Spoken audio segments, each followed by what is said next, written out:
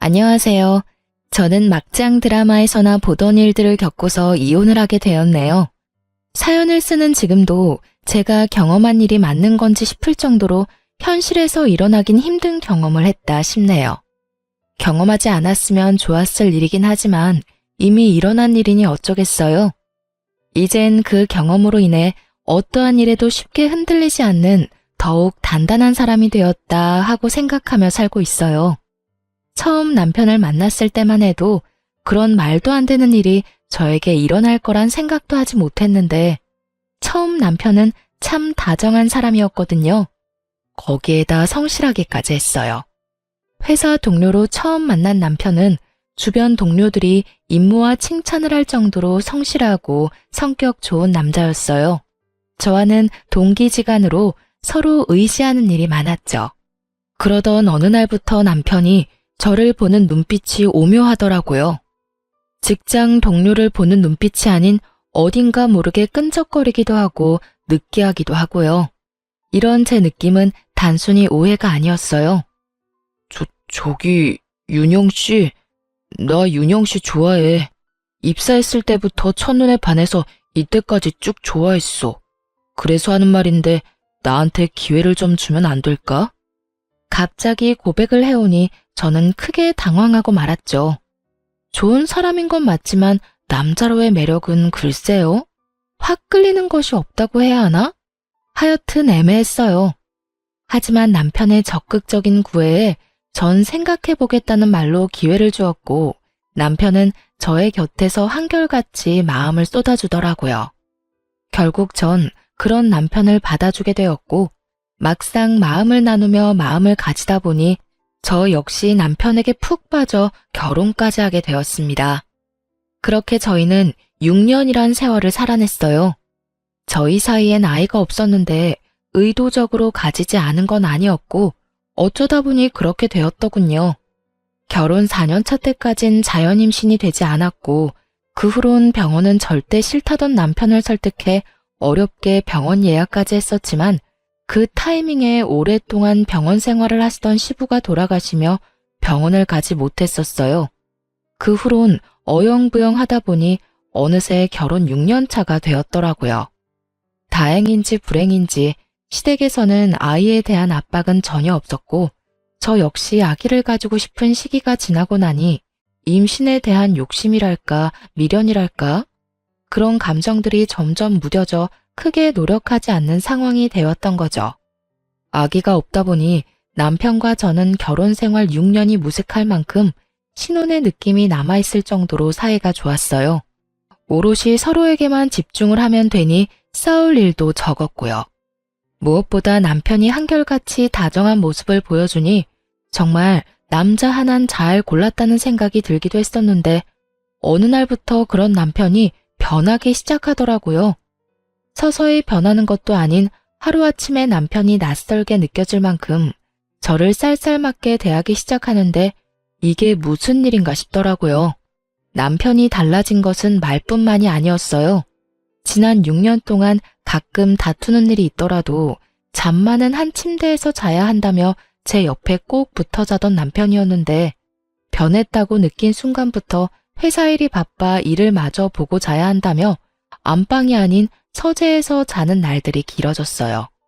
결국 전 이대로 안 되겠다는 생각이 들어 서운함을 비추며 말했죠. 여보, 요즘 나한테 너무 소홀한 거 아니야? 내가 뭘? 이런 핑계 저런 핑계 대면서 잠도 서재에서 자고 말투도 좀 쌀쌀맞아졌고 말이야. 그리고 그 눈빛, 요즘 날 보는 눈빛이 예전 같지 않단 말이야. 이런 핑계 저런 핑계 대는 게 아니라 정말로 일이 바빠서 그래. 그리고 우리 결혼한 지 6년이 넘었어. 내가 로봇도 아니고 어떻게 늘 한결같을 수가 있겠어. 아무리 그래도 하루아침에 당신이 변하니까 내가 너무 서운해서 그렇지. 당신은 서운할 시간도 있고 한가해서 좋겠다. 나는 요즘 일이 바빠서 잠잘 시간도 모자라는데 말이야. 어찌됐든 한동안은 나 일 때문에 바빠서 좀 예민할 거니까 당신이 이해 좀 해. 우리 집에 신경도 좀 쓰고 며칠 전에 엄마랑 통화했는데 당신한테 요즘 연락 한 통 없다고 섭섭해 하시더라. 한 달 전만 하더라도 제가 섭섭하다고 하면 어떻게 해서든 제 마음을 풀어주려고 노력하던 남편이었는데 하루아침에 사람이 변해도 어쩌면 저렇게나 변할 수가 있는지 제가 알던 남편이 맞나 하는 생각마저 들더군요. 이런 제 마음을 눈치챘는지 남편은 저를 한번 쓱 보더니 이렇게 말을 하더군요. 바쁜 일만 끝나면 당신하고 나하고 휴가 좀 내고 여행이라도 가자. 그때 내가 당신 마음 풀어줄게. 요즘은 정말 내가 너무 정신이 없어서 그래. 일 처리도 다 안 됐는데 계속해서 일은 밀려 들어오고 어떻게 해서든 일 처리를 하려다 보니까 실수는 많아지고 말이야. 그래서 내가 요즘 진짜 힘들어. 몸이 10개라도 모자란 지경이라고. 그러니까 당신이 조금만 참아주라. 이렇게까지 말하니 그깟 말투와 눈빛이 뭐라고 이리도 힘든 남편을 잡아댔나 미안하기까지 하더라고요. 내가 미안해. 나는 당신이 그렇게까지 힘든 상황인 줄 꿈에도 몰랐어. 그저 좀 바쁜가 보다 싶었지. 어찌됐든 바쁜 것만 끝내놓고 나랑 놀아주기다. 나 연차도 많이 쌓여있고 당신만 시간 내면 언제든지 여행 갈 수 있어. 그래, 알겠으니까 엄마한테 전화나 좀 해. 그러다가 엄마 부르렁 떨어진다. 알겠어. 마음이 풀린 저는 남편의 말대로 시모에게 전화를 걸었고 들은 대로 시모가 단단히 심통이 난 듯 툴툴거리며 전화를 받더군요. 어머님, 뭐 하세요? 뭐 하긴, 할 일 없는 노인네가 뭐 하겠냐? 그냥 있지. 그런데 무슨 일이냐? 그간 연락도 없더니. 에이, 어머님, 누가 들으면 몇 달씩 연락 한 통 안 드린 줄 알겠어요. 저번 주에도 통화했었잖아요. 그깟 전화 좀 해줬다고 지금 나한테 유세 부리니? 그리고 네가 언제 나한테 전화를 했다고 하니? 너 꿈꿨니? 도대체 누구랑 통화하고 나한테 전화했다고 우기는 거야? 제가 우기는 게 아니라요. 어머님이 잊으신 것 같아요. 정 제 말이 믿었지 않으시면 전화 끊으시고 통화 목록 한번 보세요. 아유, 몰라. 어찌되었든 너 그러는 거 아니다. 늙은 시모 이런 식으로 홀대하는 거 아니란 말이야. 내가 너 시집와서 애 하나 못 낳는다고 잔소리한 적이 있니? 아니면 날마다 집에 찾아오라고 시집살이를 시킨 적이 있니? 내가 너한테 잔소리하는 사람도 아닌데 왜 그렇게 찾아오기는커녕 연락도 자주 안 하는 게야? 설마 내가 너무 잘해주니 내가 만만해서 그따위로 행동하는 거니? 아니에요, 어머님. 왜 말을 그렇게 하세요? 제가 언제 어머님을 무시했다고. 그런 거 아니니까 마음 푸세요. 마음 풀기는 무슨. 내가 너 앞으로 어떻게 하는지 두고 볼 거야. 싫은 소리 듣기 전에 알아서 잘해. 시모가 조금 까칠한 면이 없지 않아 있긴 했지만 이 정도는 아니었는데 유독 짜증스럽게 구는 시모를 보니 제가 좀 너무했나 하는 생각이 들기도 하더라고요. 평소에도 저런 말을 달고 사는 극성 시모 같았다면 또 시작이라 하고 넘겼을 텐데 까칠하긴 해도 저렇게까지 말하는 사람은 아니었으니까요. 그래서 전 남편에게 어떻게 해야 할지 하고 고민을 털어놓게 되었고 남편에게선 의외의 말을 듣게 되었어요. 여보, 어머님이랑 통화했는데 많이 서운하신 것 같더라. 평소와는 좀 다르게 짜증도 많이 내시고 화도 좀 내시더라고. 앞으로 어떻게 할 건지 두고 볼 거라고도 하시고 어머님 그런 말까지 하실 분은 아니잖아. 그렇긴 하지. 그런데 정말 엄마가 그런 말까지 했다고? 그렇다니까. 그래서 하는 말인데 어떻게 하면 어머님 화가 좀 풀릴까? 주말에 찾아뵐까? 아니, 그거보단 엄마 데리고 병원 좀 가봐야 할 것 같은데. 병원? 병원은 왜? 왜? 사람이 아픈 데가 생기면 안 하던 짓도 하고 예민해지기도 한다잖아. 병원 간 김에 여기저기 검사도 좀 해봐야겠어. 엄마 건강검진 받을 때도 됐으니까. 그래? 알겠어. 그러면 당신은 바빠서 안 될 테고 내가 연차 쓰고 모시고 다녀올게. 아니야, 내가 다녀올게. 겸사겸사 엄마하고 시간도 보내지 뭐. 당신은 이래. 그러면 그럴래? 알겠어, 그럼. 다녀와서 연락해줘. 남편은 걱정이 컸는지 다음날 바로 시모를 데리고 병원에 다녀왔고, 그날 저녁 퇴근을 하고 집으로 가니 남편의 얼굴이 좋지 않더라고요. 여보, 어머님 어디 안 좋으셔? 많이 편찮으시대? 그게 치매 초기 증상이 보이는가 봐. 아직 치매는 아닌데 그런 증상이 보이긴 한다고 하더라고. 거기에다 몸도 전체적으로 많이 쇠약해지셨다네. 나이가 있으시니까 어쩔 수 없긴 하지만 마음이 좋지 않아. 예상치 못한 결과에 무슨 말을 어떻게 해야 할지 몰라 쉽사리 말할 수가 없더라고요. 저와 남편은 아무 말도 쉽사리 할 수가 없었고 한참을 고민하던 남편이 어렵게 이야기를 꺼내더군요. 저기 여보, 나 우리 엄마 우리 집에서 모시고 싶어. 당신한텐 이런 말 너무 미안하긴 한데 몸도 정신도 아픈 엄마 혼자 두는 게 마음이 편치 않아. 혹시라도 저렇게 혼자 지내다가 큰일이라도 나면 그 죄책감에 나 못 살 것만 같아. 이대로는 일도 손에 안 잡히고 말이야.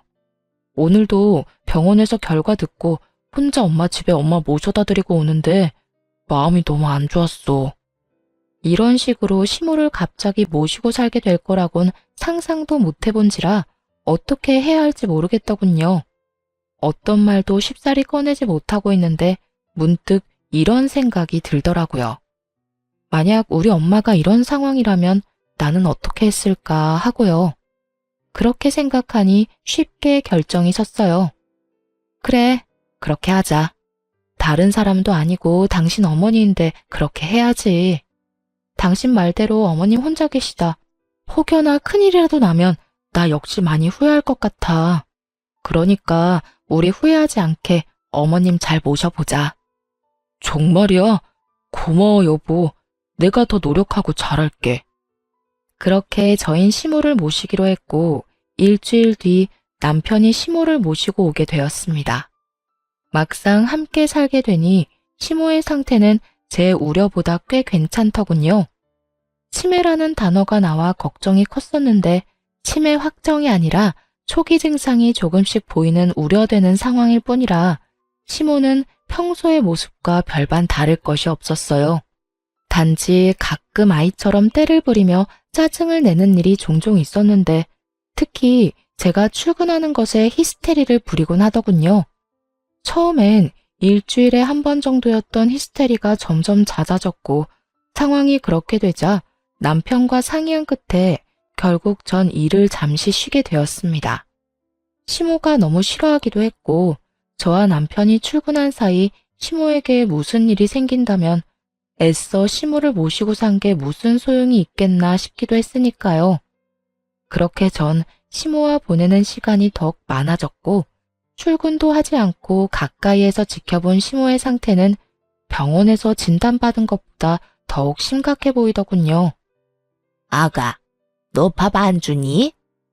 어머님, 아직 11시도 안 됐는데요. 시장하세요.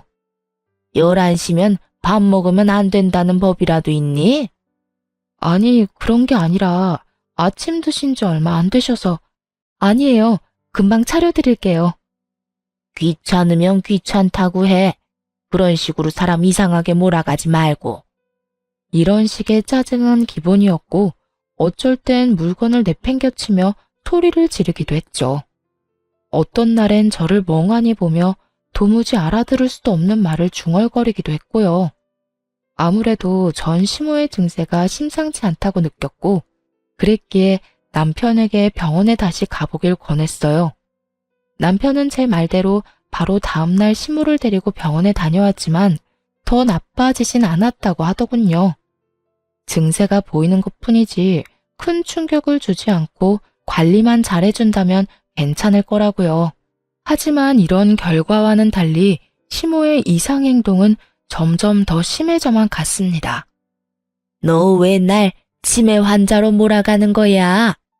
내 아들 말 못 들었니? 난 치매 환자가 아니란 말이다.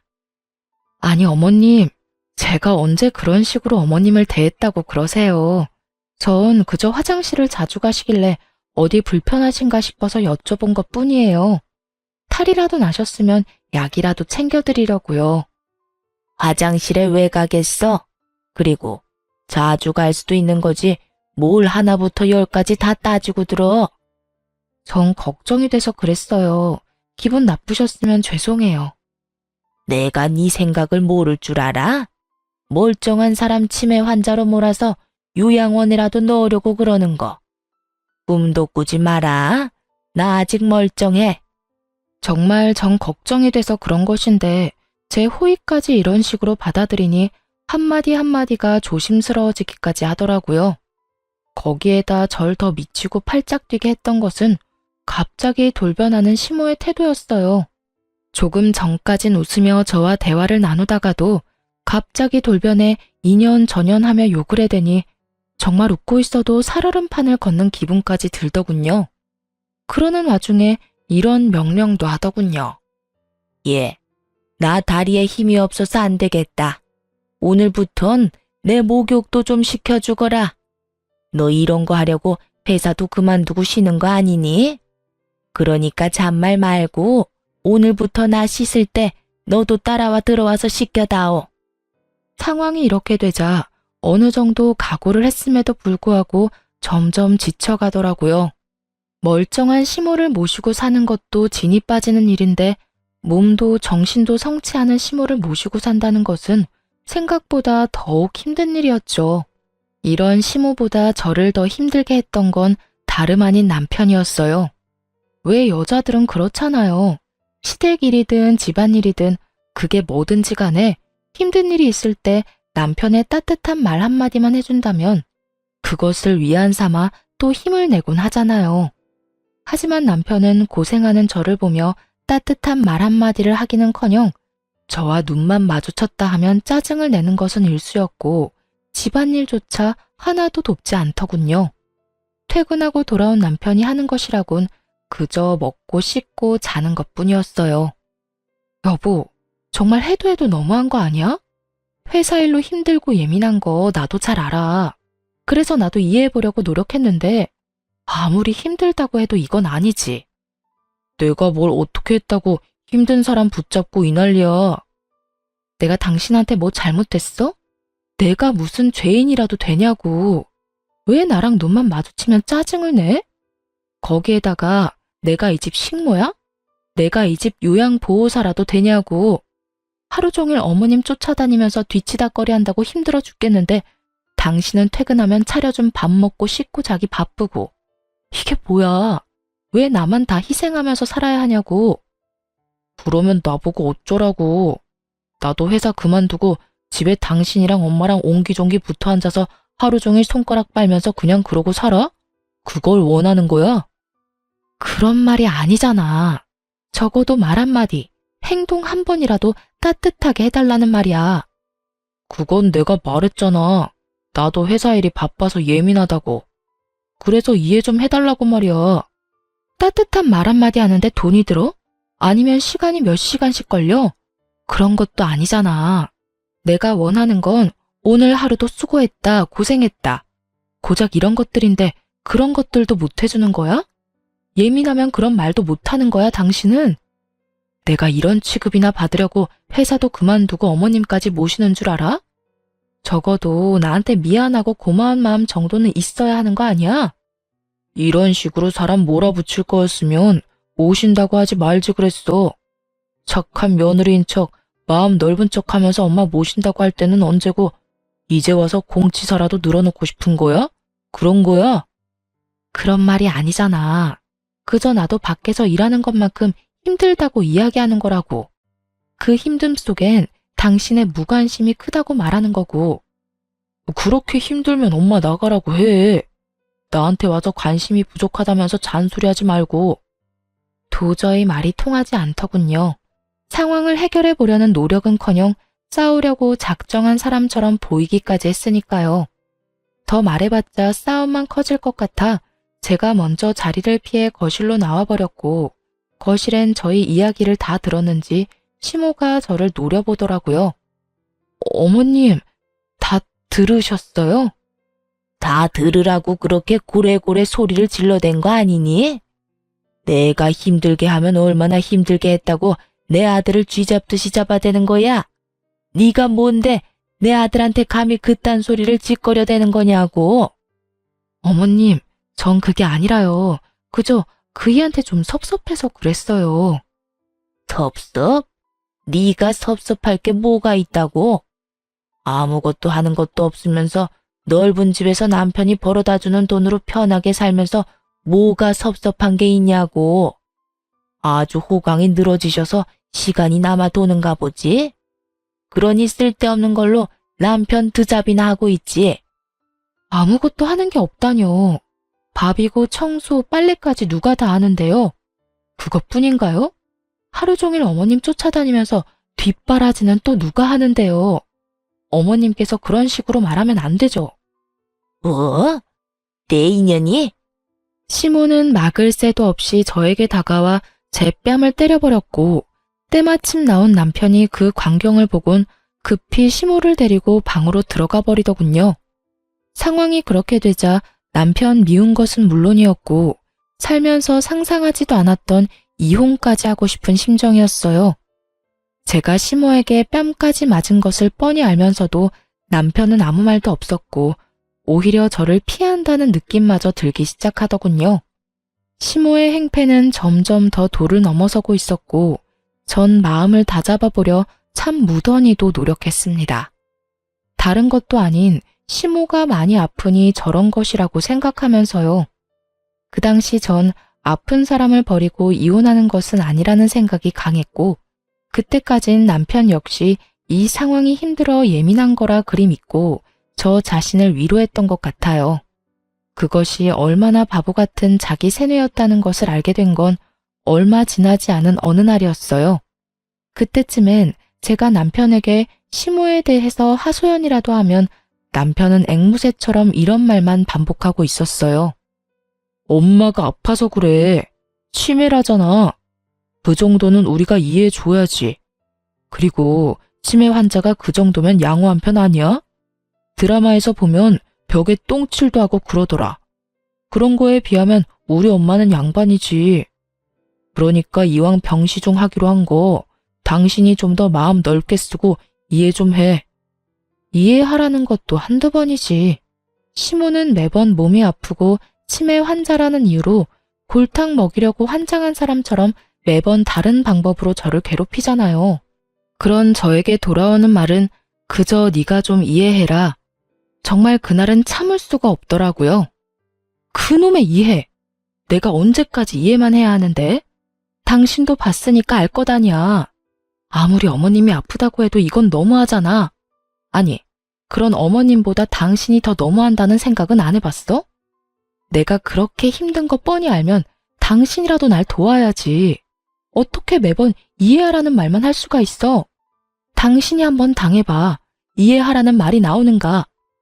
그간 서러웠던 감정이 한 번에 복받쳐 오른 저는 그대로 집을 나가버렸고 동네 한 바퀴를 돌며 마음을 정리했어요. 나는 할 만큼 했다. 이대로는 더는 안 되겠다고요. 시모보다도 남편에 대한 실망이 더 컸던 터라 우리 사이엔 이혼밖에 다른 해결책은 없다고요. 그렇게 생각을 정리한 뒤 집으로 돌아갔고 집으로 들어가니 거실에 아무도 없더라고요. 신발은 있는데 사람은 없고 다들 어디에 있나 싶어 방으로 걸음을 옮기던 그때였어요.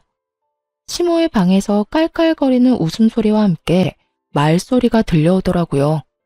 얼마나 신이 나셨는지 제가 들어온 것도 모르고 한껏 들떠서 대화를 나누고 있더군요.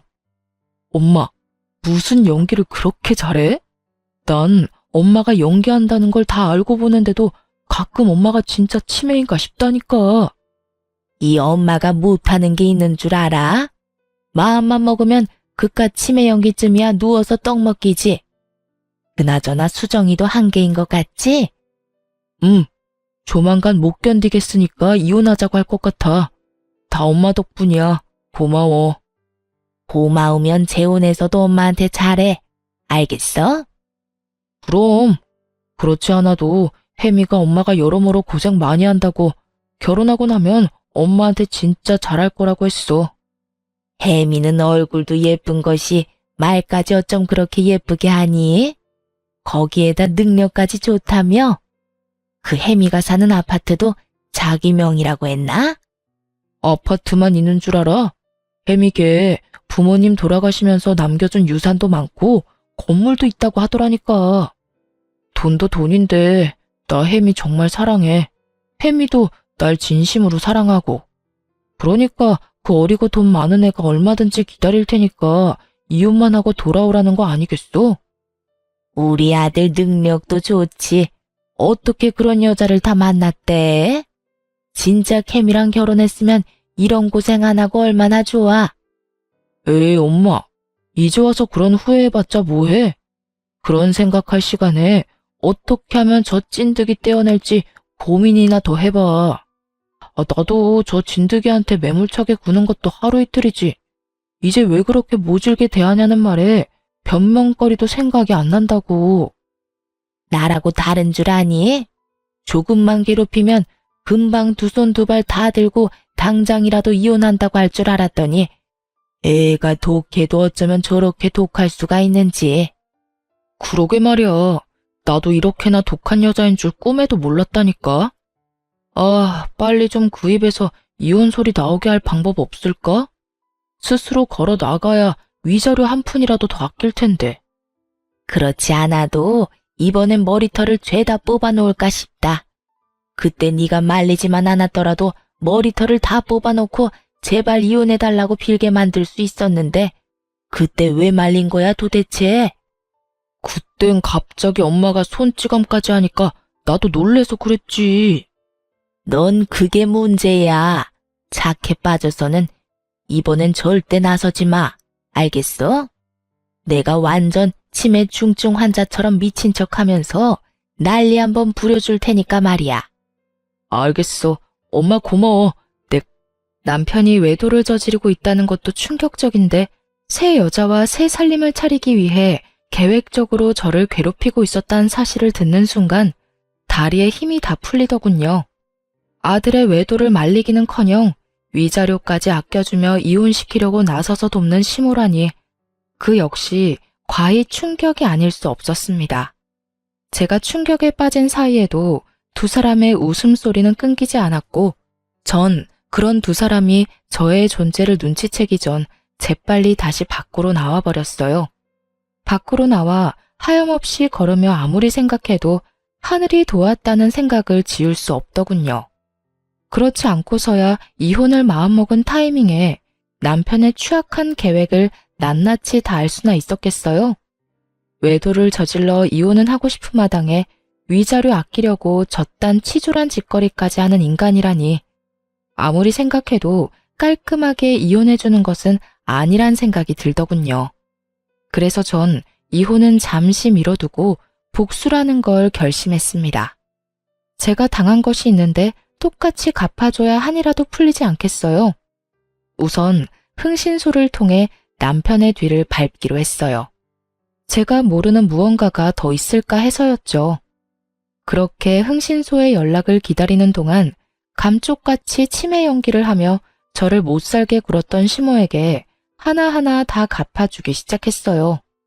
시모의 괴롭힘은 주로 남편이 출근하고 난 후에 시작되곤 했는데 남편과 작당 모의를 하고 난 다음 날은 아예 작정하고 유독 심하게 히스테리를 부리기 시작하더군요.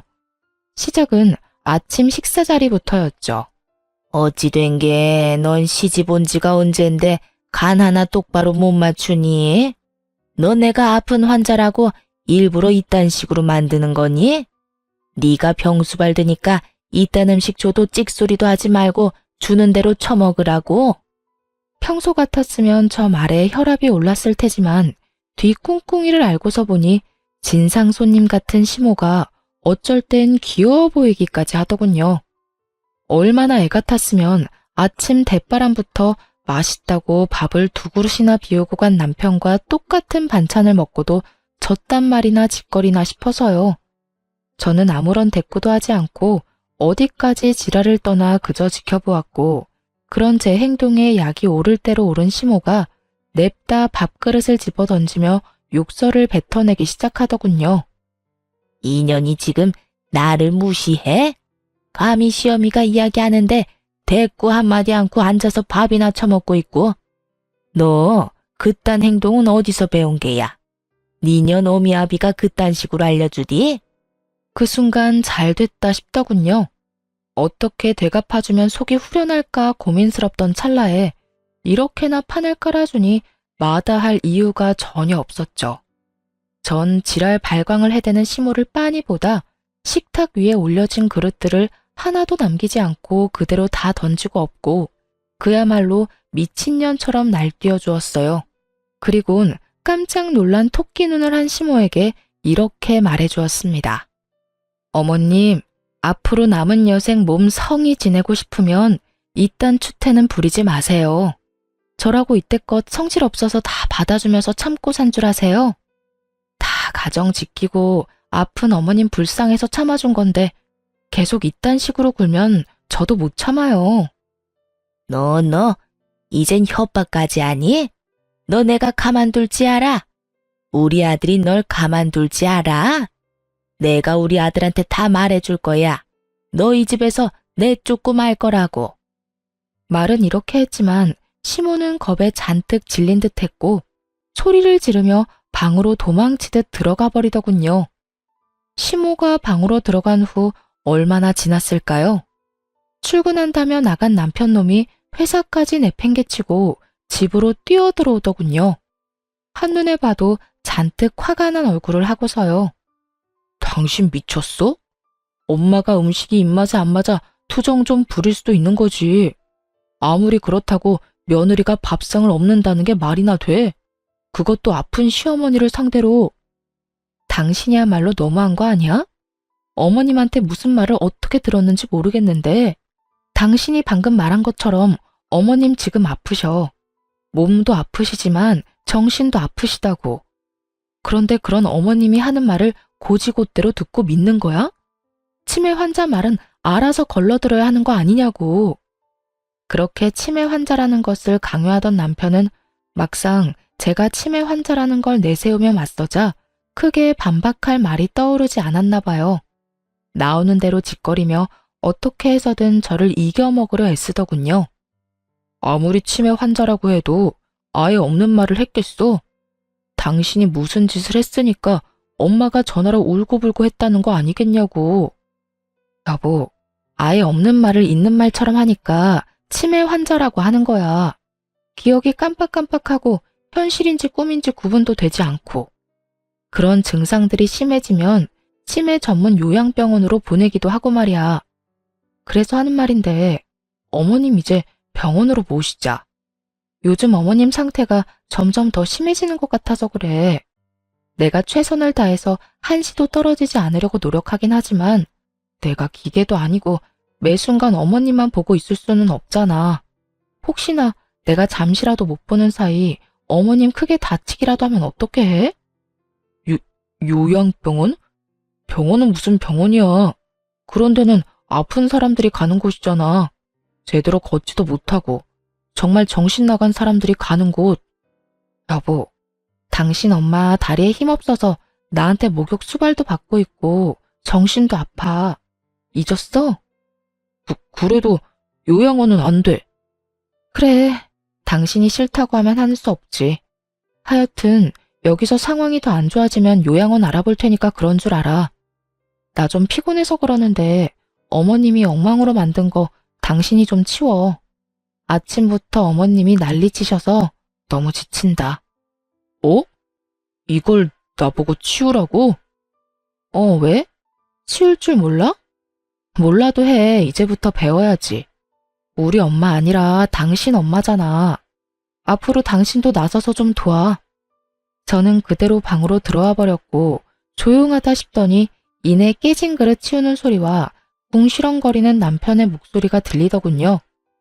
그 후로도 시모가 절 괴롭히려는 시도는 많았지만 시작이 힘들어서 그렇지 한 번 되갚아주고 나니 두 번째, 세 번째는 쉽더군요. 아니, 쉬운 거를 넘어 즐겁기까지 했습니다. 시모가 먹는 것, 씻는 것 등으로 저를 괴롭히려 안간힘을 쓰면 저 역시 그럴 때마다 솥에 밥을 해서 준다거나 찬물로 샤워를 시켜버리는 등 가차없는 복수를 해주었으니까요. 한마디로 입을 뗄 때마다 더 큰 보복으로 시무를 대하고 있었죠. 상황이 그렇게 되자 시무는 도저히 안 되겠다 싶었는지 남편이 퇴근하는 순간을 맞춰 밑도 끝도 없이 제 머리채를 잡고 흔들더군요. 인연, 너 잘 걸렸다. 내가 너 벼르고 있었어. 이제 어떻게 할 거냐? 내 아들도 다 보고 있다 이거야. 오늘 나 살고 너 죽는 날이다 인연. 이거 놔요. 이거 당장 놓으라고요. 싫다. 내가 이때껏 얼마나 참았는데 이걸 놓겠어? 내가 말했지? 오늘 너 죽고 나 사는 날이라고. 어디 한번 죽어봐라. 분명 놓으라고 경고했어요. 경고? 웃기고 있네. 네가 뭘 할 수 있는데? 나한테 이렇게 머리채 잡혀서 힘도 못 쓰는 주제에. 다리에 힘이 없어 샤워도 혼자 못한다는 노인네가 어쩌면 그렇게 힘이 드센지 무턱대고 뿌리쳤다간 제 머리카락이 다 뽑힐 것만 같더라고요. 그래서 전 있는 힘껏 시모의 머리채를 같이 잡고 흔들어 버렸고 그런 저의 대응에 시모가 놀랐는지 잠시 움찔하더군요. 그 순간 전 시모의 손을 뿌리치고 곧바로 강 건너 불구경하듯 구경만 하고 있는 남편을 향해 있는 힘껏 밀어버렸어요. 너 미쳤어? 이게 뭐 하는 짓이야? 엄마 머리채를 잡는 것도 모자라서 밀치기까지 해? 전현이 드디어 미쳤구나. 정신병원은 내가 아니라 전현이 가야겠다 아들. 뭐하니? 당장 전현 앉혀놓고. 미친 게 분명하다 분명해. 그렇지 않고서야 어떻게 시험이 머리채를 잡는단 말이야? 엄마, 괜찮아? 어디 삐끗한 데는 없어?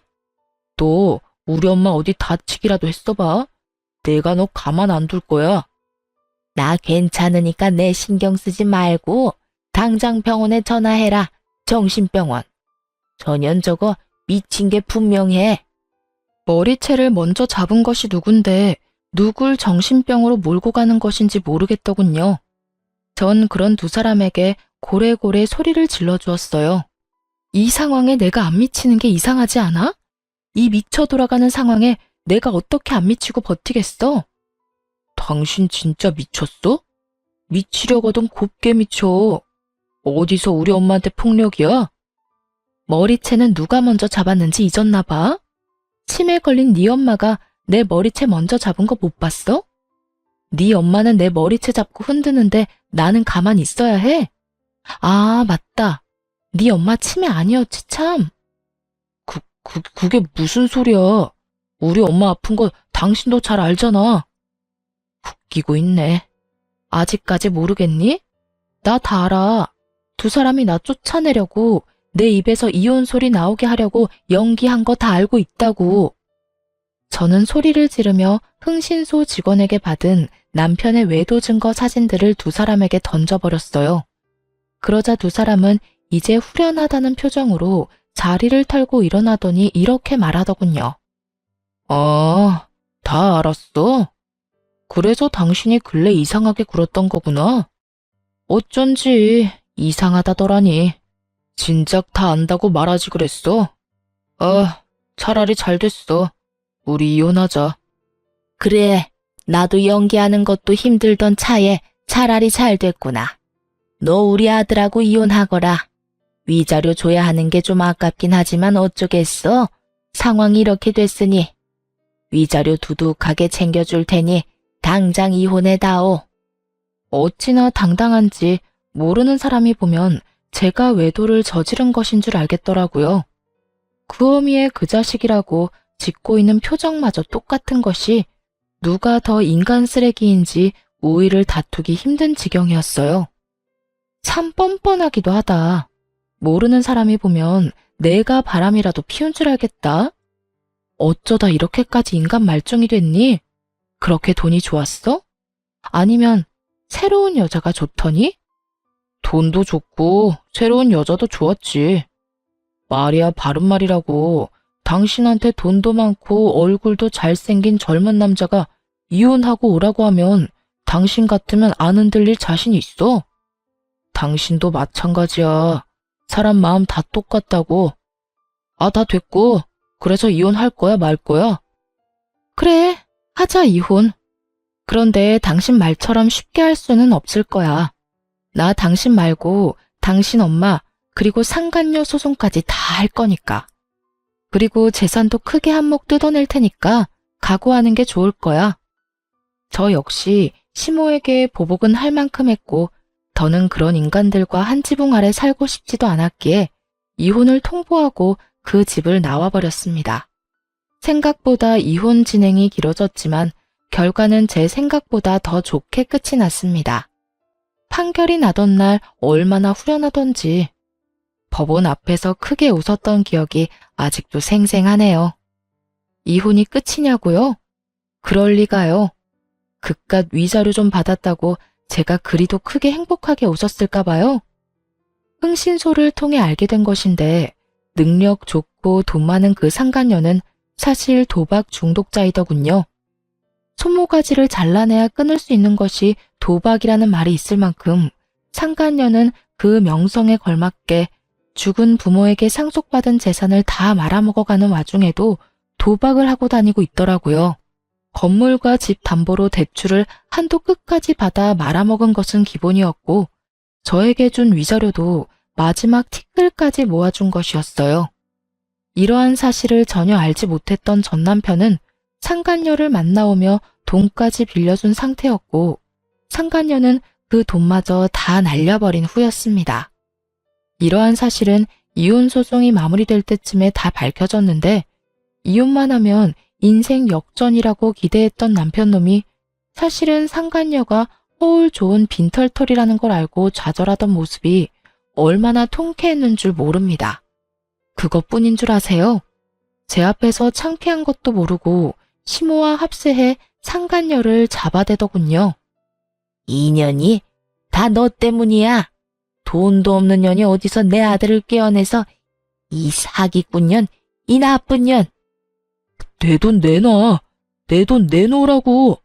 그게 어떤 돈인 줄 알고 도박으로 날려먹어. 이 도박쟁이 년아. 이거 놔.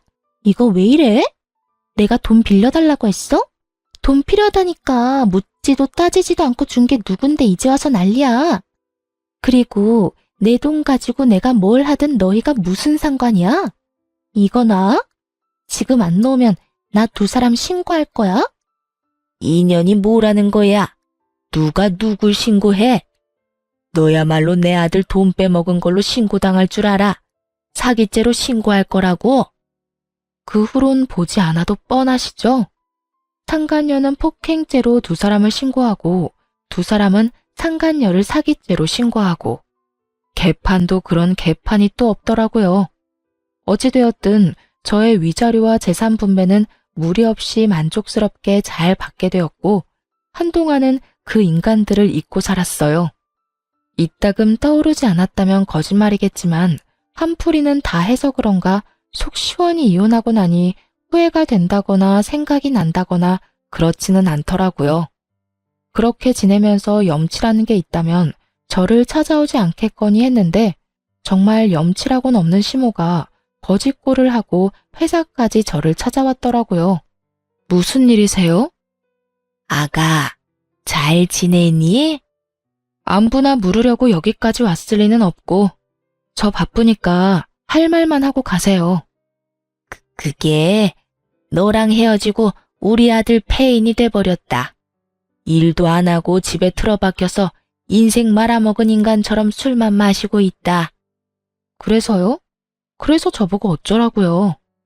그래서 하는 말인데 그동안의 정을 생각해서라도 내 아들하고 다시 살아주면 안 되겠니? 사람 하나 살리는 셈치고 다시 재혼 좀 해주려무나. 내가 이렇게 용서를 구하마. 내가 다 잘못했어. 네가 다시 돌아와주면 우리 아들이 다시 예전 모습으로 돌아와 줄 것 같아서 그래. 그러니까 제발 좀 도와다오. 이러면서 울고 불고 비는데 불쌍하기는커녕 역겹다는 생각만 가득했어요. 아무리 염치가 없어도 그렇지 어떻게 이딴 부탁을 할 수가 있는 것인지 이건 눈물 나는 모성이 아니라 구역질 나는 욕심과 이기심이란 생각밖에 들지 않더군요. 이제 와서 울고불고 매달리면 제가 불쌍하게 여길 거라고 생각했나 본데, 이봐요 아줌마. 지금 아줌마가 하는 행동 엄청 역겨운 거 알고 있어요? 네가 그렇게 말한다 해도 내가 할 말 없는 거 잘 안다. 그런데 내가 오죽했으면 너한테 와서 이러겠니? 정말 너밖에 없어서 그래. 폐인된 내 아들 다시 인간 구실하게 만들 사람은 아무리 생각해봐도 너밖에 없어서 이런다고. 그러니까 부탁 좀 하마, 응? 아줌마 아프다고 친자식도 안 하는 병수발 다 들던 나한테 아줌마 아들하고 아줌마가 어떻게 했는지 잊었어요? 정말 치매라도 걸린 거야, 뭐야? 나한테 이럴 시간에 병원이나 가보세요. 보아하니 정말 치매라도 찾아온 것 같으니까. 그러지 말고 아가야. 그땐 내가 욕심에 눈이 멀어서 너한테 그런 짓까지 했었지만 지금은 반성도 많이 하고 네 소중함도 깨달았단다. 그러니까 제발 돌아와 주렴. 네가 돌아만 와준다면 네가 나한테 한 만큼 너한테 잘 대해주마. 정말이야. 제발 내 아들 좀 살려다오. 아줌마, 내 말 잘 들어요? 아줌마 아들은 아줌마가 살려내요. 아무 상관도 없는 나한테 와서 이러지 말고. 있을 때 잘하지 이제 와서 구질구질하게 이게 뭐 하는 짓인가 몰라. 한 번만 더 찾아오면 경찰에 신고할 테니 그런 줄 알고 얼른 가세요. 어떤 말을 해도 요지부동이던 시모는 경찰을 부른다는 말이 나오고서야 허겁지겁 돌아가더군요. 경찰이 무섭긴 했는지 그 후론 찾아오는 일도 없었고요. 저는 이혼하고 6개월이 지났을 때 다른 새로운 출발을 위해 다른 지역으로 이사를 했어요. 회사는 아예 사표를 내버렸고요. 요즘은 여기저기 다니며 휴식을 취하고 있습니다. 배신감이 크기도 했고 지치기도 해 새로운 날들을 위해 재충전을 하는 시간을 갖기로 한 것이었죠. 이런 결정을 내리기 전까지 고민이 많기도 하고 걱정도 많았는데 막상 쉬니까 너무 좋은 거 있죠? 무엇보다 여기저기 다니다 보니 마음의 여유도 생기는 것이 역시 잘한 선택이다 싶네요. 결혼을 하게 되며 조금이라도 더 잘 살아보려고 악착같이 아끼고 애쓰며 살았는데 이제 와서 생각해보니 그런 것이 다 무슨 소용인가 싶어요. 당장 내일 일도 모르는데 먼 미래를 보며 지금 이 순간을 놓치고 사는 게 맞는 일인가 싶기도 하고요. 그래서 전 앞으로 먼 미래보다 당장 지금을 조금 더 즐기며 살아가 보려고요. 여러분도 응원해 주실 거죠? 그러면 저는 이만 물러가 보겠습니다.